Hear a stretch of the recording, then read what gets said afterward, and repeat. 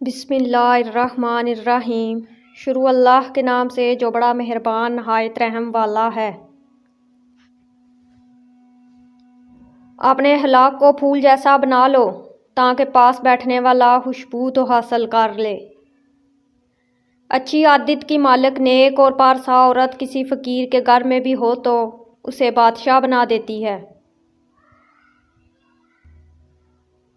ان لوگوں کو کھونے سے ڈرو جن کے نزدیک دوستی کے رشتے خون کے رشتوں سے زیادہ عزیز ہوتے ہیں۔ وقت سب کا آتا ہے، بس وقت آنے میں وقت نہیں لگتا۔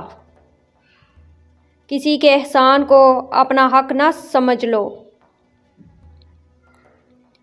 عورت کے لیے شرم سے بڑھ کر کوئی زیور نہیں اور چادر سے بڑھ کر کوئی نعمت نہیں۔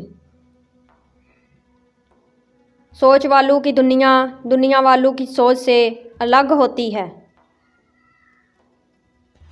جو مومن لگاتار بیمار رہے اس کو بخش دیا جاتا ہے۔ جب ہر کام اللہ کی مرضی سے ہوتا ہے تو تم لوگ انسان کو ذمہ دار کیوں ٹھہراتے ہو؟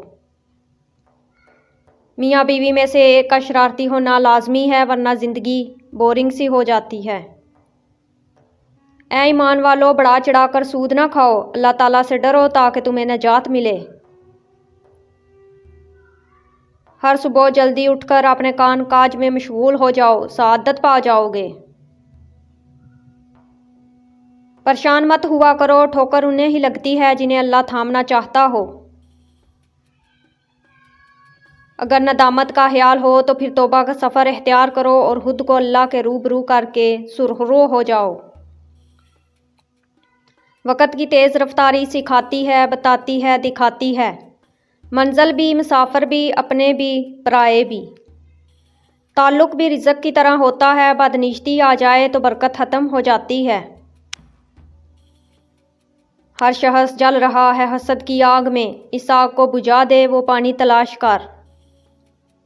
تم پانی جیسے بنو، اپنا راستہ خود بناتا ہے، پتھر جیسے نہ بنو جو دوسروں کا بھی راستہ روک لیتا ہے۔